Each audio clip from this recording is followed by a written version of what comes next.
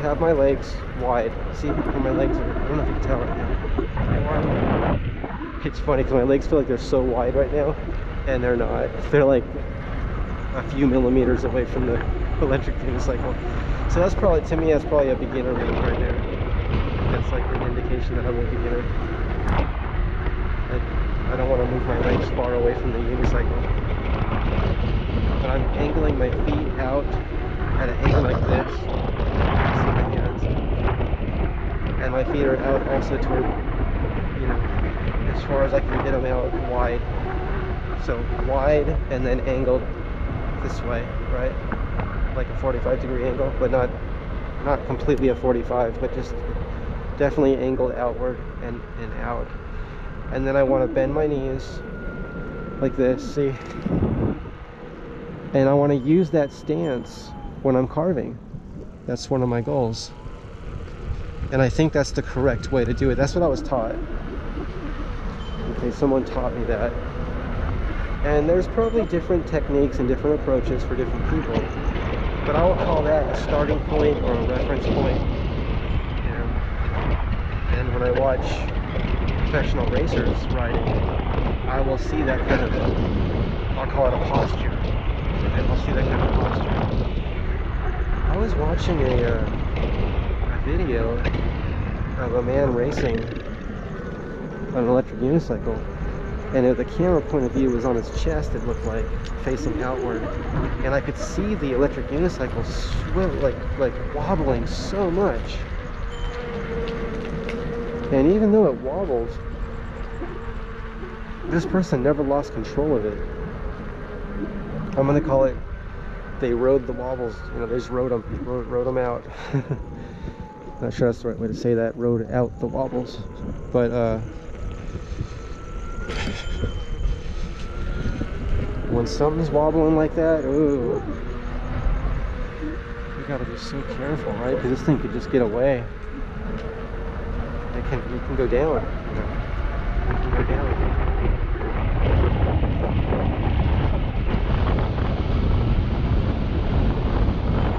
Practice by steering back and forth. I don't like going around bushes like this because I see, you know, the spiders hanging out from bushes like that. This light's so bright that I can see them hanging down sometimes, and I just go around them. What I should do is move them with a stick or something. Because someone could walk right through that spider right now. That isn't that light. Aren't they just walking? I don't know why spiders do that. Now, I'm not talking about a spider web. I'm talking about a spider hanging down on like one, you know, little string. Not a string, but a spider, you know, whatever they hang on. That little string they make. Okay, which way do I go? I think I go this way. So,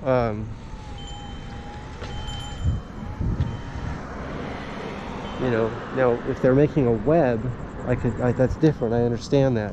But if they're just hanging down, like they're trying to catch a ride somewhere, it's like, I don't know what that's for, you know. I don't know why a spider would do that. Unless they want to relocate to a different area. Or if they're trying to bite someone. I don't think so though, because I've hit spiders and they haven't bitten me. So it made me think they just wanted to ride to go to a different area. But they're quick, spiders are fast, so they can actually run pretty quick.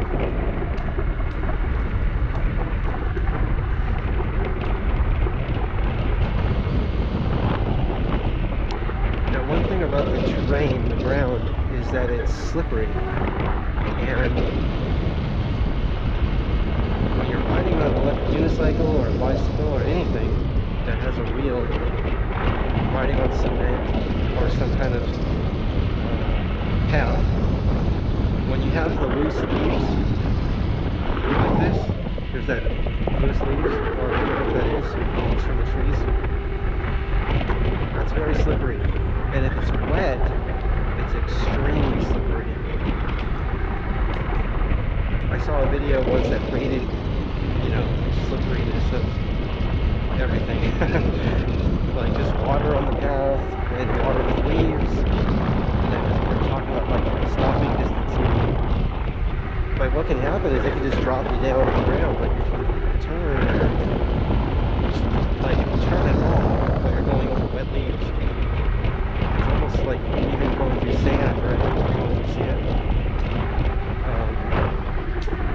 turn at all, you can then just wipe out and end up on the road. So, well, I'm happy to see this path open so quickly. I thought it might take years to open. That has happened.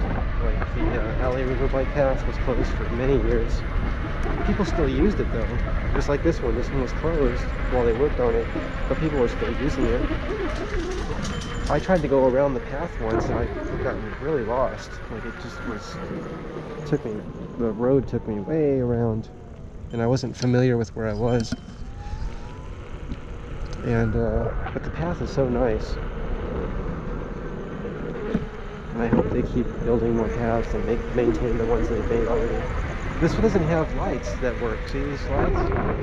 And see how they cut the cement out? They chop the cement out. You'll see a big piece right here. See that piece of cement? See that? It's like they're working on the lights, but they haven't fixed them. Or they can't fix them? I don't know. It's been like that for years.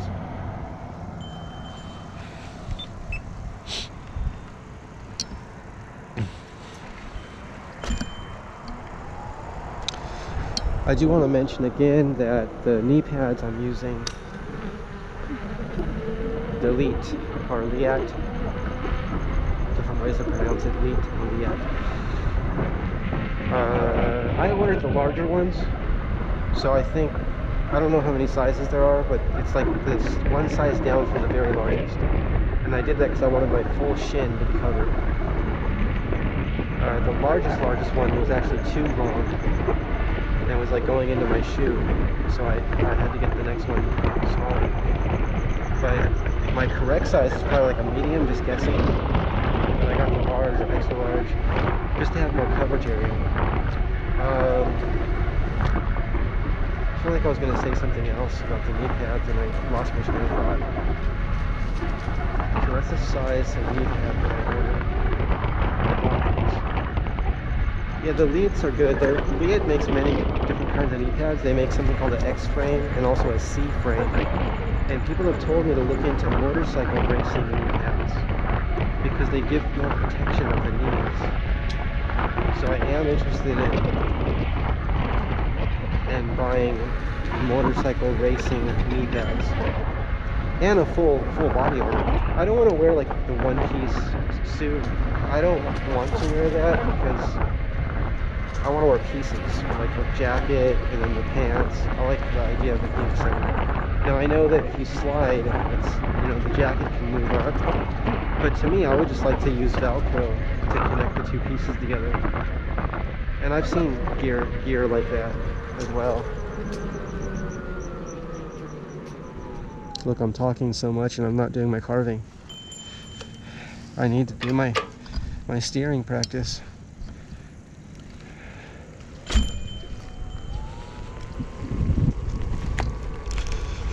It's frustrating when I have an itch on my nose or my forehead and I have all this, like these big goggles on. Oh, it's because the path is so slippery right here. I'll just be careful. Because I have to learn how to turn also in slippery environments, right? That's good practice for me to know what the limits are. And to feel those limits, to feel those limits. There was a time, I want to share a story with you. There was a time that I was racing dirt bikes. And I was racing against people that were been racing since they were very young. Like just always racing, right? Every weekend or just always on the circuits, right? Going on the circuits. And I rode since I was very young. But I wasn't always racing like the tracks, right? So I go to this track one day with friends that were older than me, and we made up so there was a race the next day, and we all got together and did like our own race, like practice races. And I remember thinking about the traction of the tire, the limits of the motorcycle, like visualizing the limits of the motorcycle. I could feel it, right? How fast can I go around a turn before the wheel starts to lose traction? Things like that. And with that what I didn't have was a lot of experience like these other people had. These were professional racers. But because I was thinking, and I'll call it calculating, and analyzing what the bike could do on that track,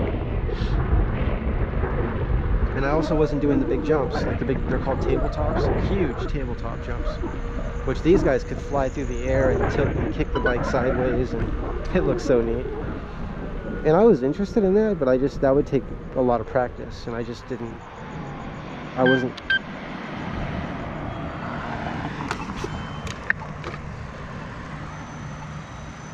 I think a new video just started on the Insta360. I was interested in the tabletops, but that would take a lot of practice. And because the track was so far from where I lived, and I was needing the help of the older people, at that point I didn't drive yet. I think I was probably 13, like maybe 14, I don't know. I was young. Too young to drive, too young to have a license, and too young to have a permit, right? But the older teenagers that I went to the track with on this one time,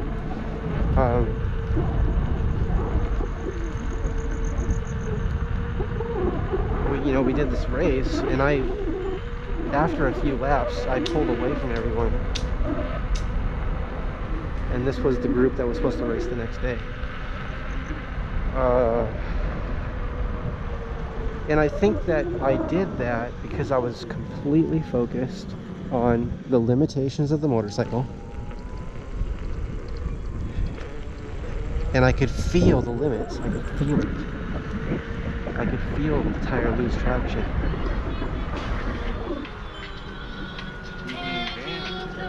I could feel the brakes, what the brakes could do. How fast can I slow down in the corner? Oh, look at this tree hanging down. It looks like it broke. See that? It broke right there. It's amazing that trees break a lot here on this path. Hopefully they can remove that. See that big piece of cement that was cut out of the ground right there? See these? They cut these out for the lights, but they haven't been fixed. Every single one of these are cut out. Well, that one's cut, but it looks like they dropped it back in there. I've seen those pieces of cement out here in the path too, and they're really hard to move. I've tried to move them off the path because people have moved them on the path before, which is very dangerous. So I'm glad that's not happening anymore. It looks like they're being kept off to the side now.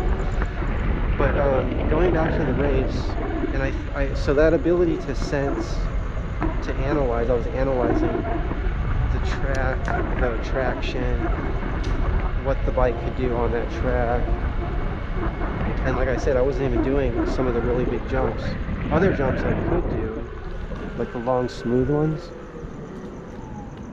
where you just glide through the air, go real far, really high and really far, but not tabletops. I didn't do that, because a tabletop you have to land it on the right spot,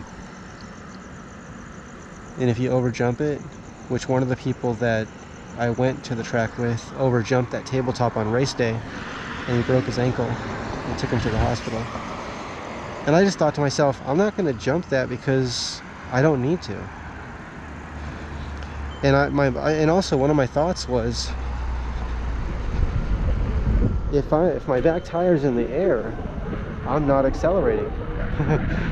You know, in the tabletop, that particular tabletop, which was right out of the corner,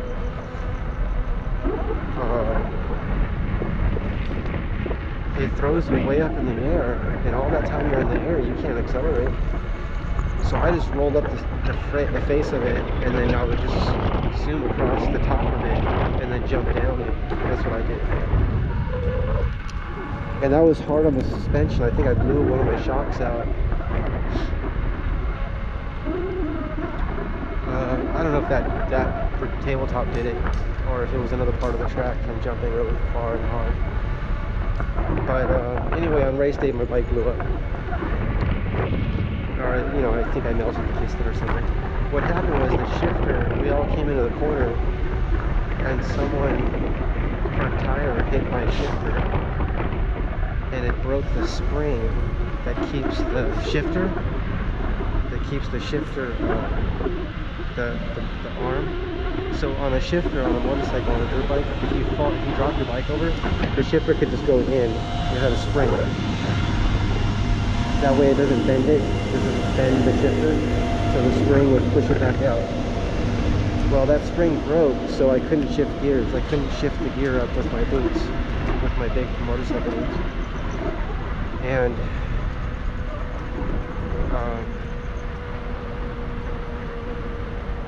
so I was trying to race and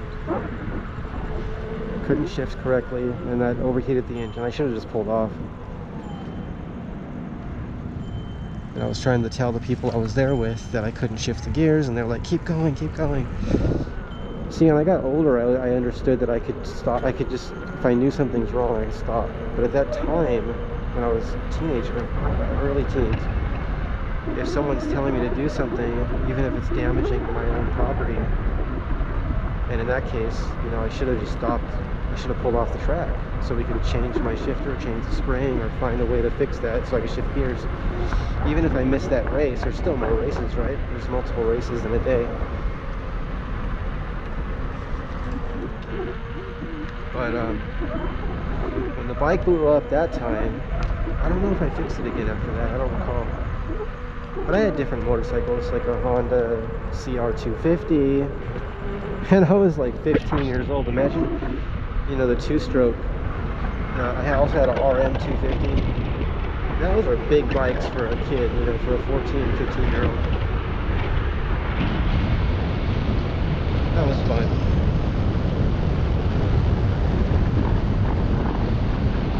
But I was put on motorcycles when I was very young, like I was around 2 years old.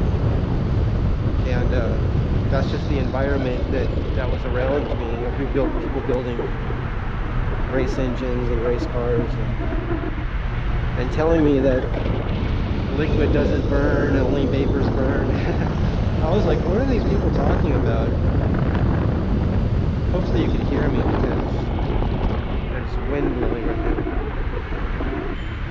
I did not know what people were talking about when they said stuff like that. It made sense to me much later. Apparently a lot of people know about the inefficiency of combustion engines. I mean, mechanics, I think a lot of mechanics seem to know that.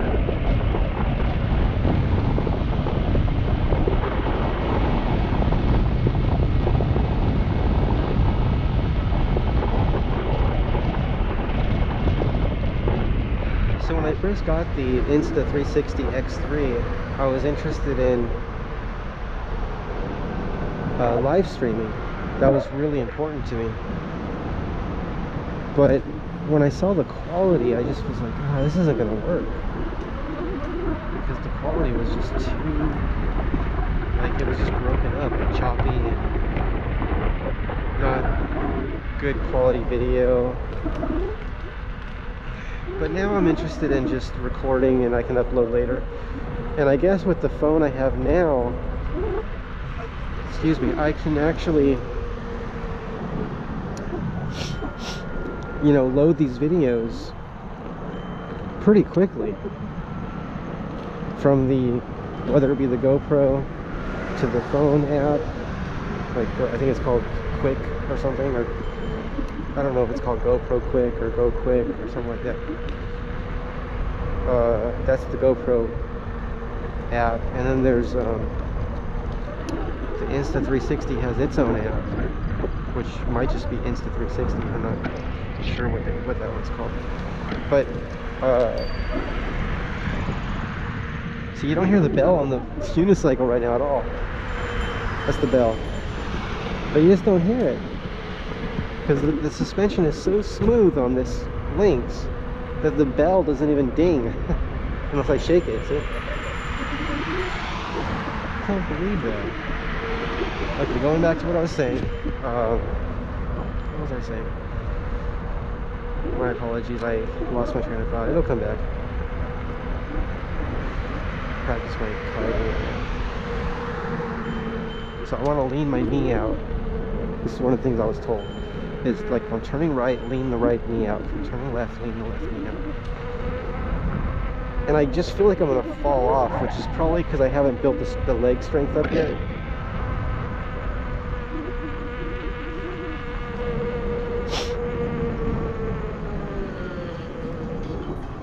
But I think practicing will help with that. Okay, I think I can go. I might need to drink some water so I'm feeling thirsty. I need to get one of those water backpacks. I do need that so I can just drink without like pulling over, taking my backpack off, opening the water bottle. Like all that. I could just like have the hose right by my mouth and I just take a drink whenever I need it.